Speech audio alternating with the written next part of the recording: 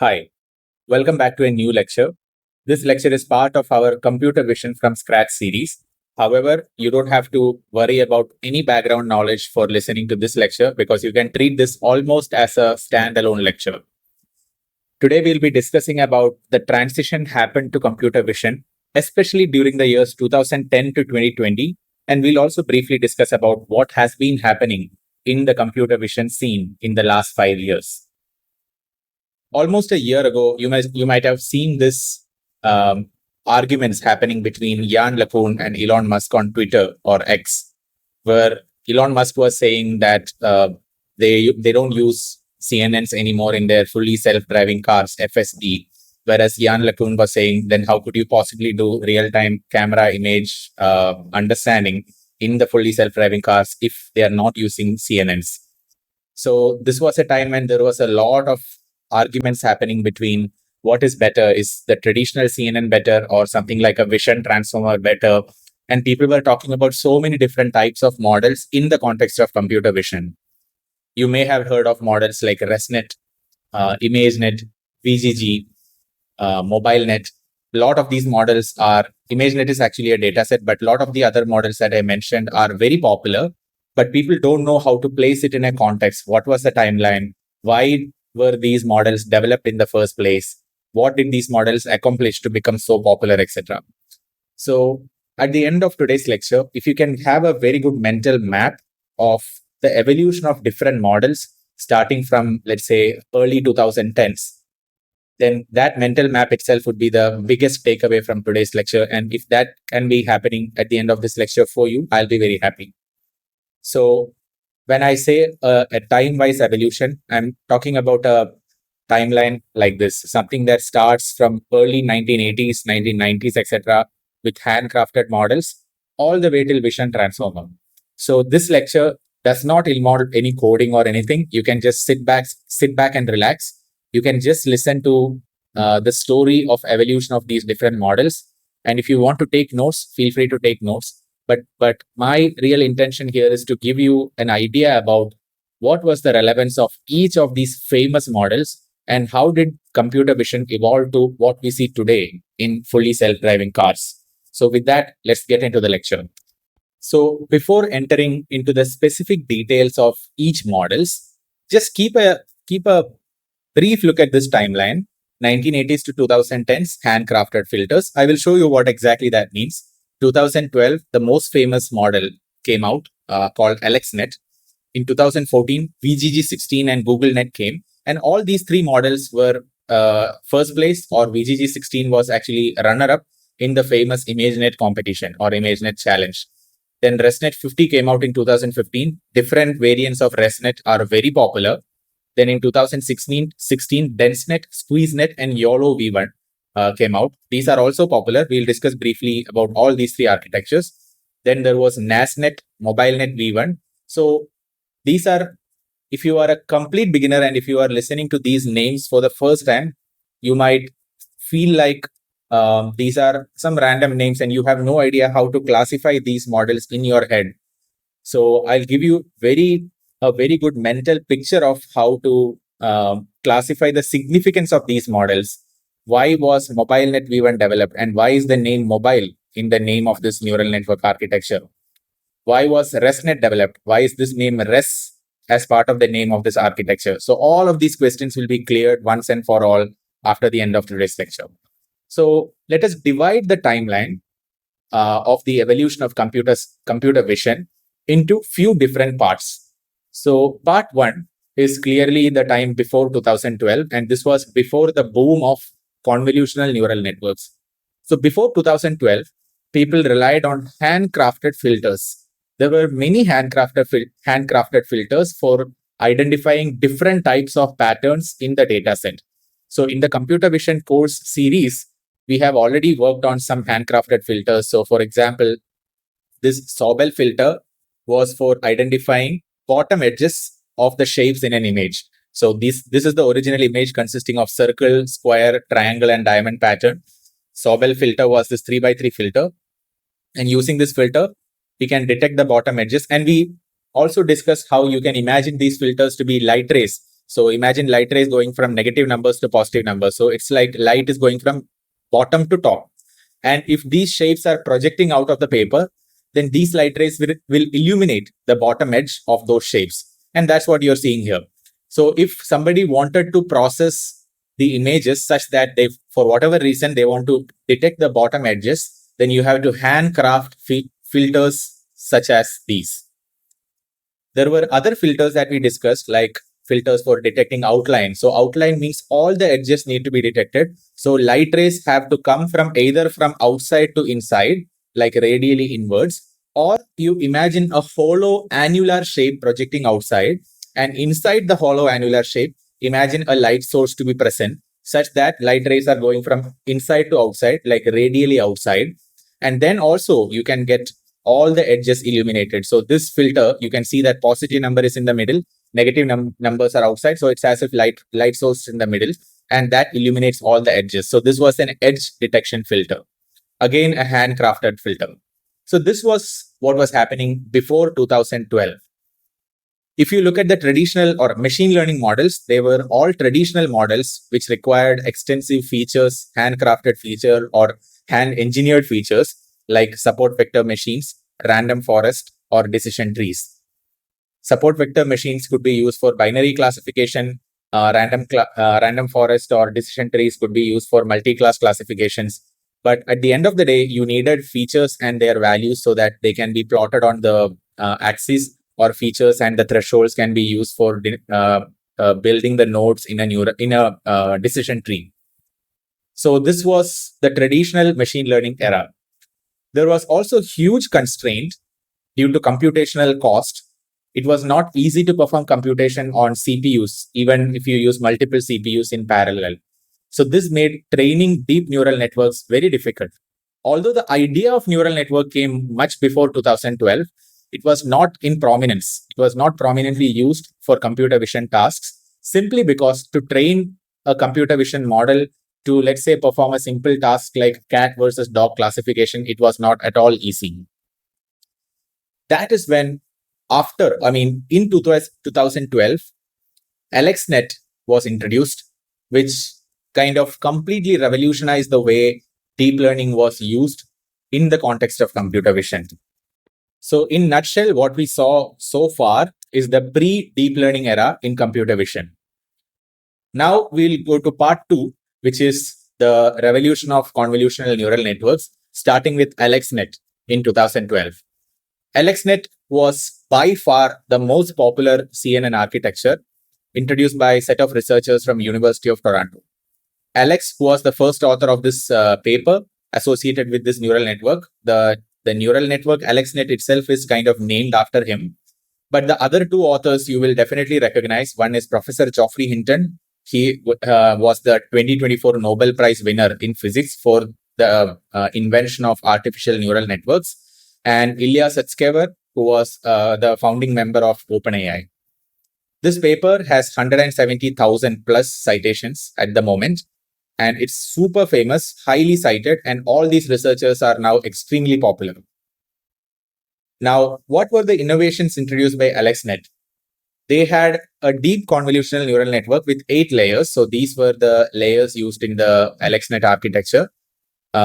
This was first convolution layer 1, 2, 3, 4, 5, 6, 7, 8. Then in between, there were max pooling for reducing the dimensionality. There were flattening operation. But at the end of the day, AlexNet had around 60 million parameters, right? And they introduced simultaneously the usage of ReLU activation, dropout for regularization, and parallel processing using GPU to fasten the training of these neural networks. And AlexNet shattered the competition, like the competitors in ImageNet challenge in 2012. And AlexNet was the winner of the ImageNet 2012 challenge. And why was this such a big deal? Because this was the very first time researchers showed without doubt that deep neural network architectures could be efficiently trained for making good predictions on complex image dataset. So AlexNet showed without doubt for the researchers that you don't have to rely on hand-engineered features or hand-engineered filters. You can rather rely on computer for training so that the filters can be part of trainable parameters. You don't have to hand engineer the numbers inside the filters. And this entirely changed the way computer vision was implemented. Then more and more new models developed. In 2014, a team from University of Oxford called as Visual Geometry Group. So this VGG architecture is named after Visual Geometry Group, VGG. And this was another extremely popular architecture. The initial model had 16 layers. Their proposition was very simple. Do not use convolution of different sizes. Just use 3x3 convolution filters. If you go back to AlexNet and check the filter sizes, you can see that they are using 3x3 convolution, 11x11 convolution, 5x5 convolution. So these are different convolution filter sizes. But unlike AlexNet, VGG made it extremely simple, but they still went with depth. So they had 16 layers, 138 million parameters, and they only used 3x3 convolutions, as you can see in this image. But that was also the downside of VGG. 138 million parameter means the total size of the model in megabytes was 528 MB, making it impossible to use for mobile phone devices or other low computing performance devices. But this showed without doubt that depth is a very important thing in convolutional neural networks. Deep convolutional neural networks can learn features from the images with even the simplest of convolution operations happening in each layer. So this simplicity plus the very good accuracy in the test dataset that VGG16 had put them in the second place in the ImageNet 2014 challenge. You might have heard of other models like VGG19, which are variants of the VGG16 original model. Now, ImageNet 2014 was another interesting competition because in the same year, another model called Inception V1 from Google won the first place. So with that, we enter the part 3 of today's lecture, which is about modular CNNs, where you are building convolutional neural networks in modules and you just repeat these modules in series. So what are these modules? We will see that because now modular CNNs is a term that you will hear for the rest of the architectures that we are going to discuss in today's lecture. So Inception V1, which was originally called as GoogleNet, was also introduced in 2014, and they were the winners of the ImageNet 2014 competition, where VGG16 was the second place winner. The main innovation behind GoogleNet was, unlike VGG16, Inception V1 did not go with just 3x3 convolution filters, but they had a combination of 1x1 convolution, 3x3 convolution, 5x5 convolution, max pooling, etc. to construct one single module, which I will show you soon, called as the Inception module. Now, this is also called as multi-scale processing. Why is it called multi-scale processing? Because these Inception modules, because of the presence of like 1x1 filter, which is looking at only 1 pixel at a time, 5x5 filters, which is looking at 25 pixels at a time, can learn features from the images or features from the data at a local scale as well as a bit of global scale. So these Inception modules could learn efficiently various types of features in the data set, and the efficiency size-wise was very good. The Inception V1 had 22 layers with 6.8 million parameters, and they had better accuracy than VGG16. So this image that you see here is one module of the Inception V1 architecture. From the previous layer to the next layer, it's a transformation happening parallelly initially through 1x1 convolution, 1x1 convolution, 1x1 convolution. There is a max pooling. And then this is passed through a 5x5 convolution, this through a 3x3 convolution. After max pooling, you have 1x1 convolution. Then all of these are concatenated into one single channel. So 64 plus 128 plus 32 plus 32. That will be 256. So you can see that the number of channels are getting added up in the final concatenated node. So this individual module was called as the Inception V1 module or Inception module. Now, how does the entire GoogleNet architecture look like? It looks something like this. So this is one Inception cell shown in this dotted rectangular box. But you can see that those Inception modules are repeating itself multiple number of times in series in the GoogleNet architecture. Now, I'm 100% sure there was a lot of trial and error involved in developing an architecture like this, along with the ingenuity of the researchers who involved in working under this model. Now, this was in 2014.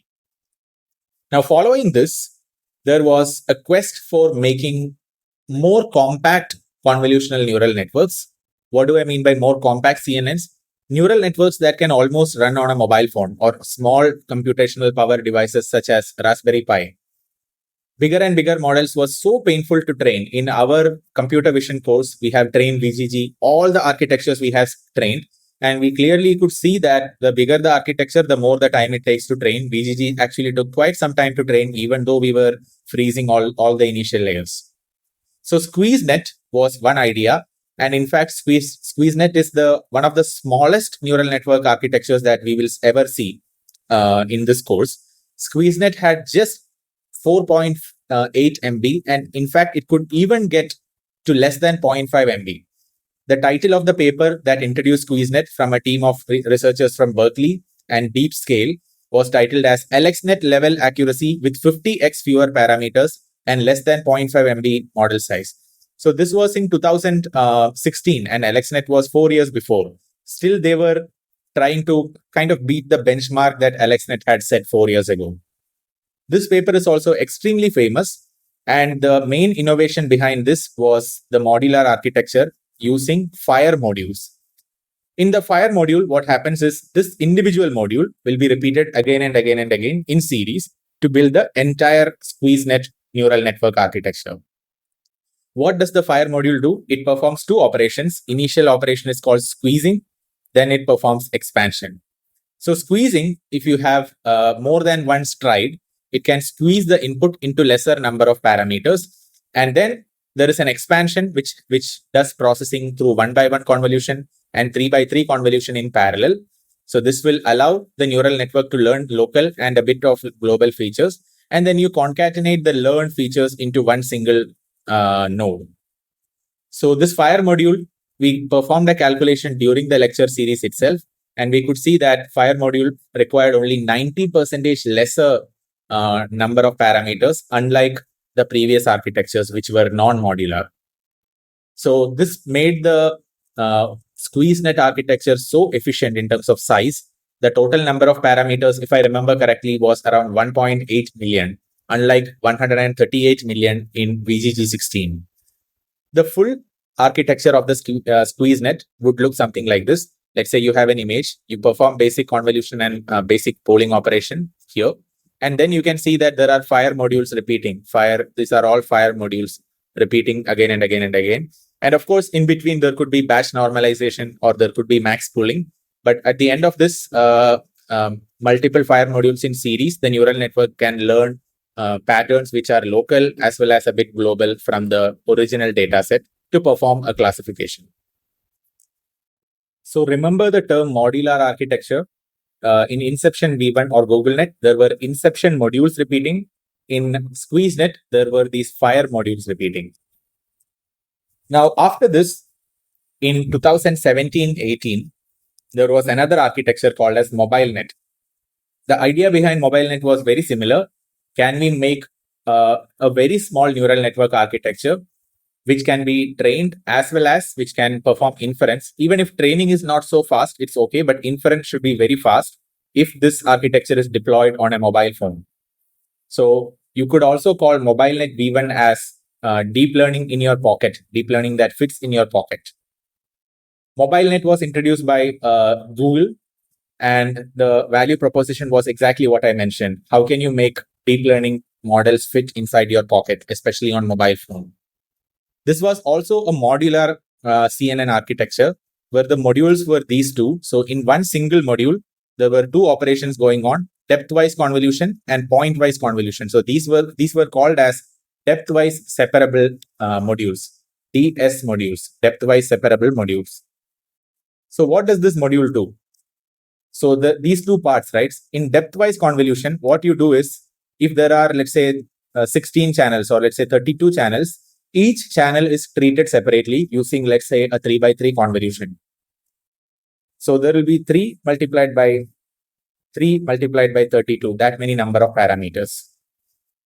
And here, the information from one channel to another is not getting mixed because each channels are treated separately using the convolution filter, and then they are concatenated back.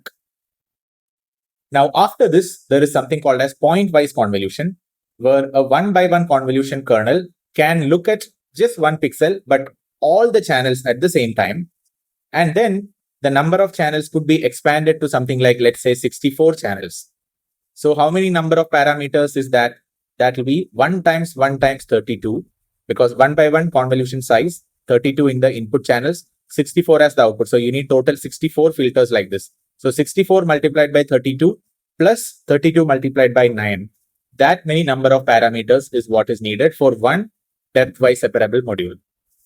And now, in the full MobileNet V1 architecture, how does it look like?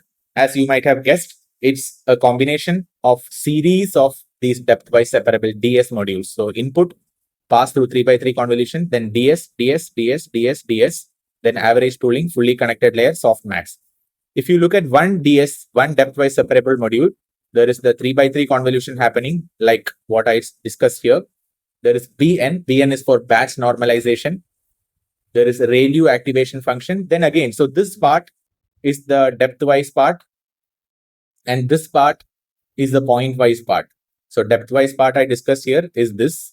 Point-wise I discussed here is this. So point-wise means you have 1 by 1 convolution happening through all the channels at the same time, all the Z stack happening at the same time, then batch normalization and ReLU activation.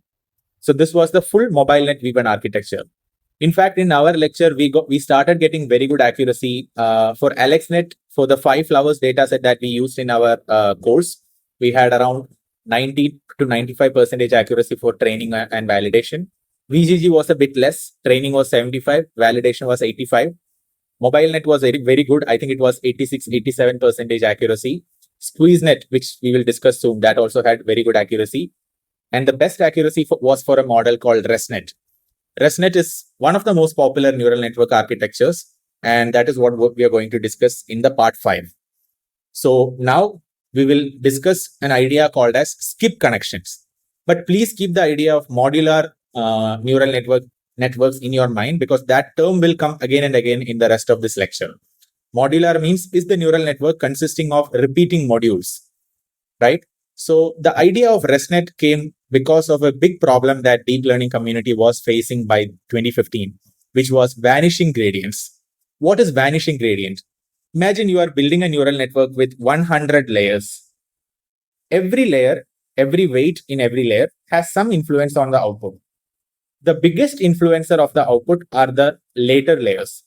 The initial layers, which are also called as the shallow layers, have very little influence, which means if you calculate the gradient of loss with respect to the weights in the initial layer, those loss or those gradients will be so small that the amount by which the initial weights will get updated will be very minimal.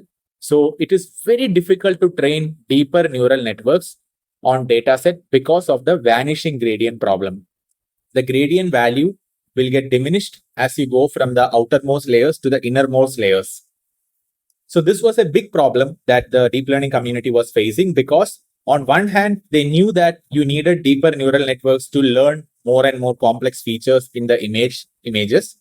But on the other hand, if you go deeper, training becomes a big bottleneck because of the vanishing gradient problem. So this is what a team at Microsoft solved by proposing an architecture called ResNet 50. There are other models also like ResNet 101, ResNet 152, etc. But ResNet 50 was the initial architecture which introduced the idea of skip connections. So the skip connection idea was the following. Instead of making the neural network directly learn the output from the input, just make the neural network learn the difference between output and input.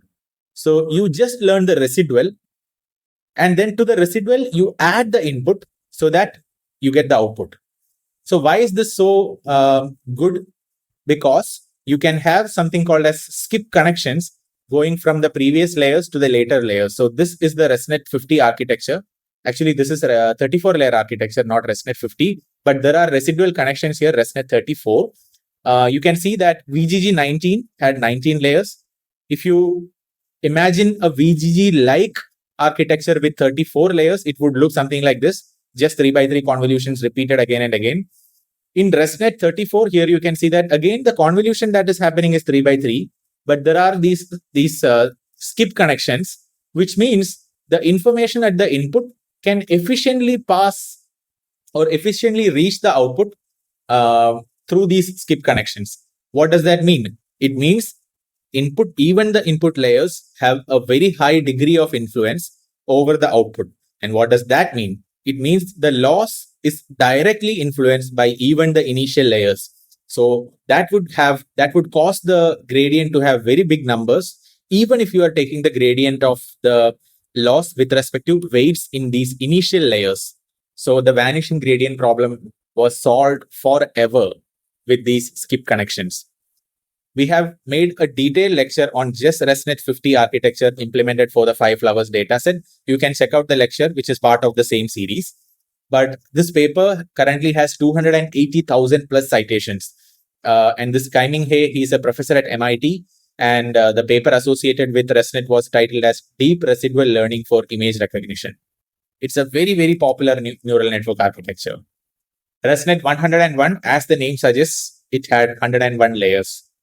Now, one more thing which I want to mention here is that this skip connection resembles sort of like Euler integration.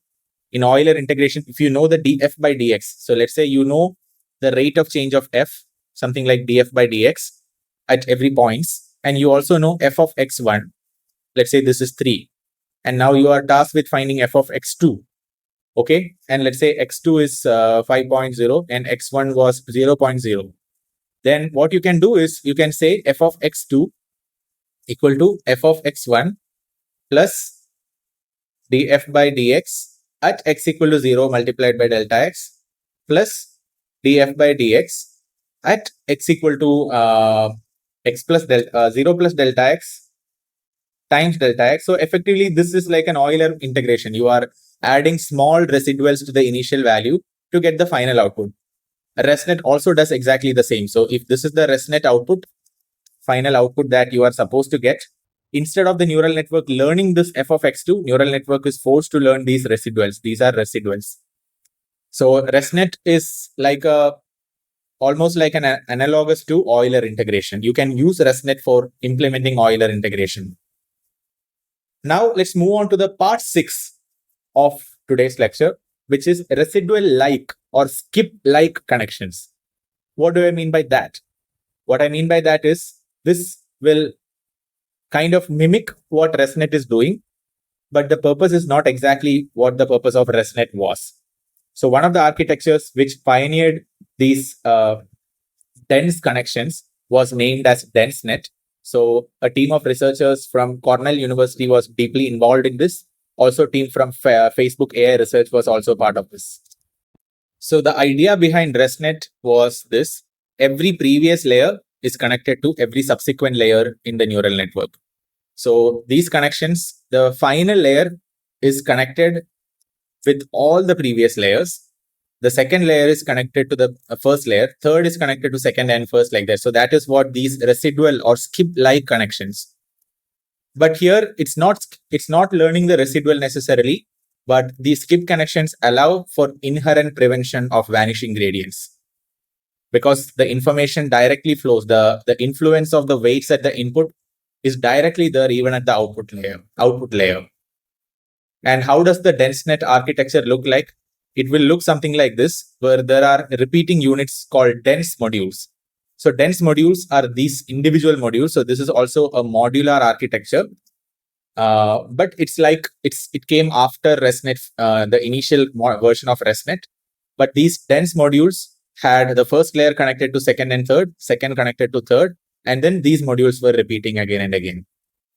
So this was again a very popular architecture, and we got very good accuracy in training as well as validation for the DenseNet for 5 flowers dataset.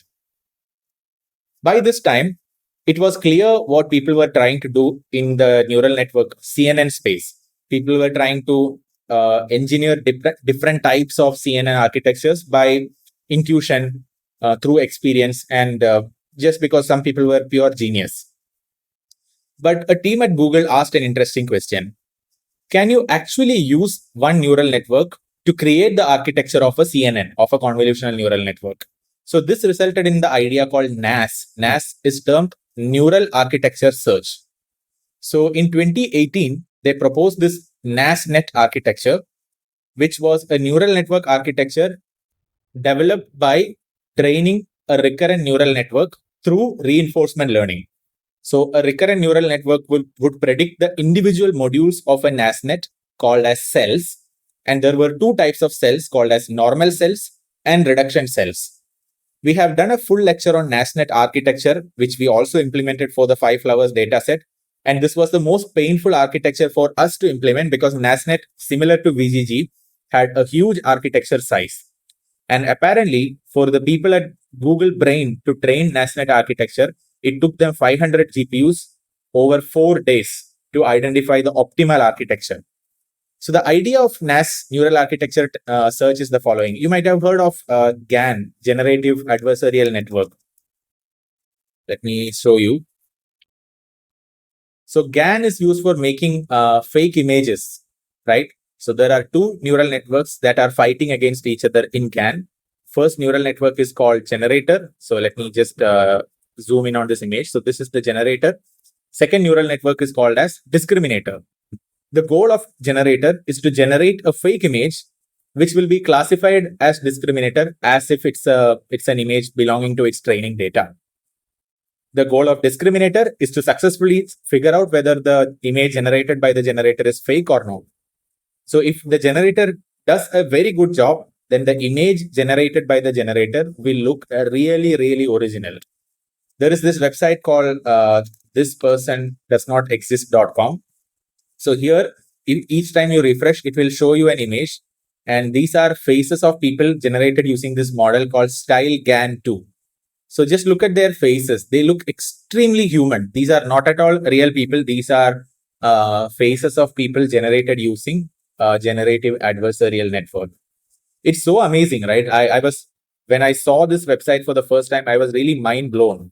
It's even better than what many multimodal LLMs could do these days, because GAN is just meant for that purpose. Similar to that, here you pitched one neural network, like a recurrent neural network, to generate the best kind of cells or best modules for building the NASNet architecture. So in our course, we implemented this neural network called as NASNet Large for the 5 flowers dataset. Unlike 50 epochs that we were running for the rest of the models, we could only run 3 epochs for NASNet. In fact, 2 epochs for NASNet, because that itself was taking us 3.5 hours of time. But this paper associated with NASNet is very popular with 8,000 plus citations. You can find it in Google Scholar. So NASNet was repeating modules of something called as normal cells and something called as reduction cells. So the purpose of normal cell was to learn patterns from the dataset without reducing the dimensionality of the data. The purpose of reduction cell was again to learn patterns from the dataset, but at the same time reduce the dimensionality of the data with the help of one-by-one convolution in series. Now, the collection of these normal cells and reduction cells constituted the entire architecture of the NASNet-like architectures like NASNet Large. So this was the idea behind NASNet, and based on this, other derivative architectures also came out. One example was EfficientNet from Google again, but this time from Google AI team. EfficientNet was in 2019, it came out. And we have actually implemented EfficientNet for the 5 flowers dataset in the course. And this was actually a reasonably easy to implement model. We actually implemented this EfficientNet B0 model. And it is very difficult to say whether exactly this is a modular architecture or not, because of course there are modules in EfficientNet also, because it's like a derivative of NASNet. But the main purpose of EfficientNet was not to introduce modules. It was to introduce efficient scaling of neural network architecture, because people were randomly scaling the input image. People were randomly scaling the width of the neural network architecture. People were also randomly scaling the depth of the neural network architecture. So there has to be some kind of law that determines how do you scale these. So this image nicely summarizes the idea behind EfficientNet. So let's say this is your baseline model with image having a certain resolution and number of channels, certain width for the channels, and certain depth for the neural network. Width scaling means the depth will be the same, the resolution will be the same for input, but the neural network overall will become wider. Depth scaling means you will increase the number of layers in the neural network, but you don't change the number of the width or the number of layers in the, the width of the neural network or the resolution of the input is unchanged. When you are changing the resolution here, for example, you are increasing the height, but the width of the neural network remains the same. The number of layers remain the same. But what if you want to scale all these three parameters at the same time? For that, you can use a compound scaling formula introduced by the EfficientNet paper. And the compound scaling formula told you how, from a baseline model, can you scale up the depth, the resolution at the input, as well as the width of a neural network architecture. So this was the primary contribution by the EfficientNet paper. This was introduced in 2019. Now, after the EfficientNet neural network, there were other architectures also, like vision transformer, etc. But let's take a pause and let's discuss all the architectures briefly that we discussed so far from 2012 all the way till 2019. So just to recap, we started with AlexNet in 2012, and it was not a modular architecture. It had 3x3, 5x5 filters. Then in 2014, VGG was introduced, which placed second in the ImageNet competition. In 2014, GoogleNet was also introduced, which had Inception module. So this is a modular architecture. In 2015, ResNet was introduced, which had skip connection modules. Then in SqueezeNet, there were fire modules. Then in DenseNet, there were dense modules. And then in MobileNet, there was depth-wise separable modules. In NASNet, there were normal cells and reduction cells modules, which was also kind of part of EfficientNet because it's like a derivative of NASNet. Plus, it introduced the multi-scale, multi-dimensional scaling. So this is what we discussed so far. So I just wanted to give you an idea of modular CNNs and non-modular CNNs. So initial CNNs were non-modular, and you can see that later CNNs that came out. So this came out in 2019. In the middle here, it was 2015, and this was in 2012. So you can see that early CNNs were non-modular. Later CNNs tend to be more and more modular. Although I don't really like calling NASNet and EfficientNet as strictly modular, similar to how you call these 5 architectures as modular. But yeah, I agree that at the end of the day, there are modules repeating in both NASNet as well as EfficientNet. Now let's move on to the part 9. In part 9, let's discuss about the famous competitions that really shaped computer vision to what we see today. By far, the most popular competition was ImageNet. It ran from 2010 to 2017, and they had a benchmark 1.2 million dataset with 1,000 classes. AlexNet won the competition, VGG won second place, GoogleNet won first place, and ResNet 51 first place.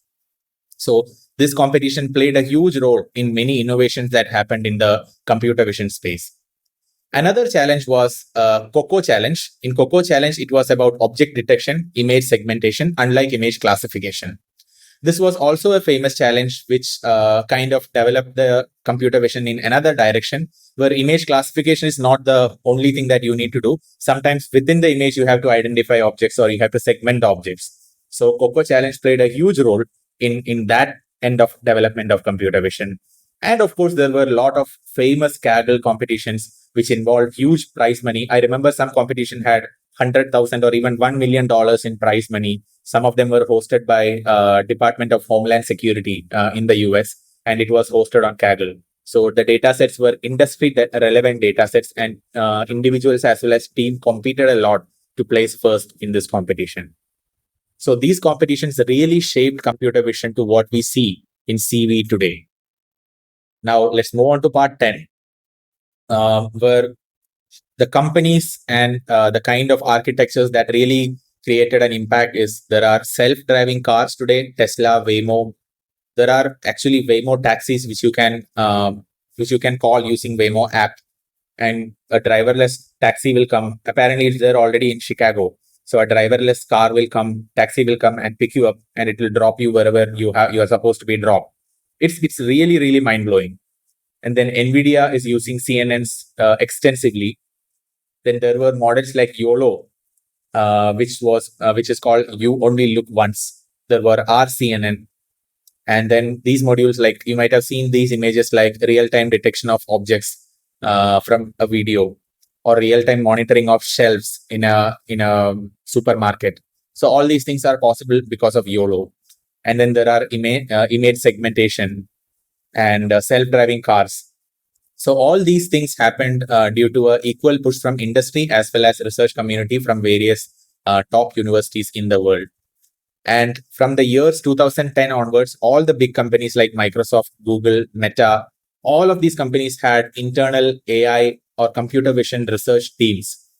And all of these would not have been possible if not for AlexNet from 2012.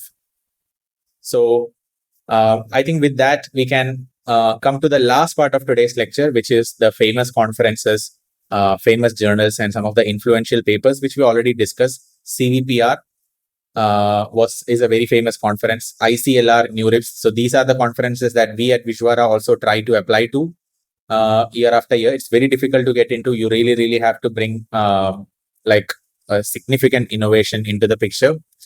Then in the journals, there is JMLR, International Journal of Computer Vision. There are IEEE journals, which are very popular. In computer vision and machine learning in general, conferences are more prestigious because things change very fast and conferences happen. There are many conferences happening every year. Some conferences happen more than once in a year.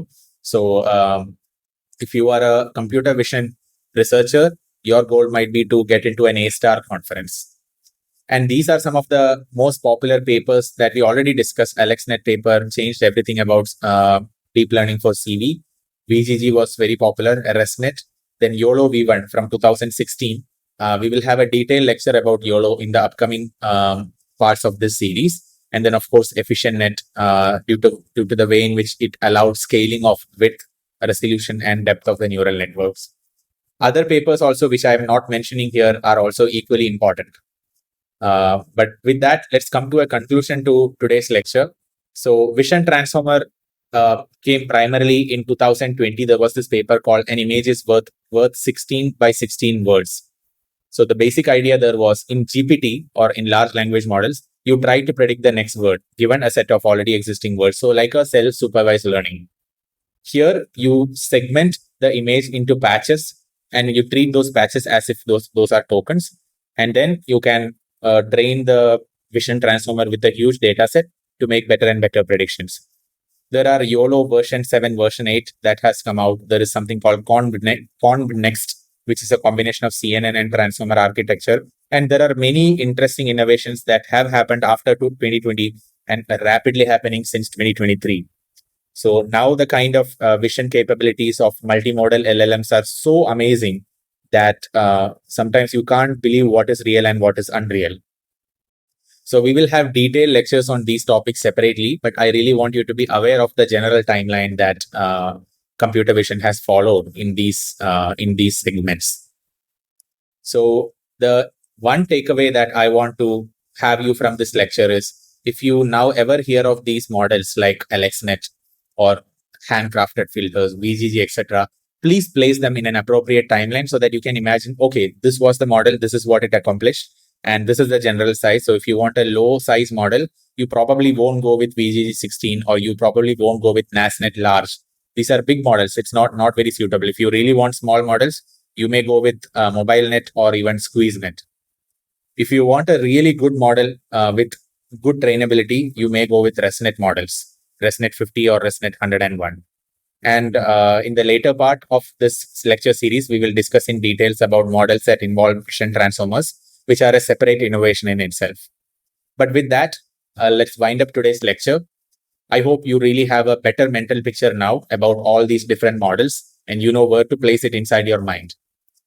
I look forward to seeing you again in the future lectures of this course. And we are almost at halfway of this course where we have already extensively discussed about various CNN architectures, and we have also implemented them for the data set that we have. And more exciting lectures are yet to come. And I look forward to very much seeing you again in the future lectures of the series. Thank you so much. Take care until we see later. Bye.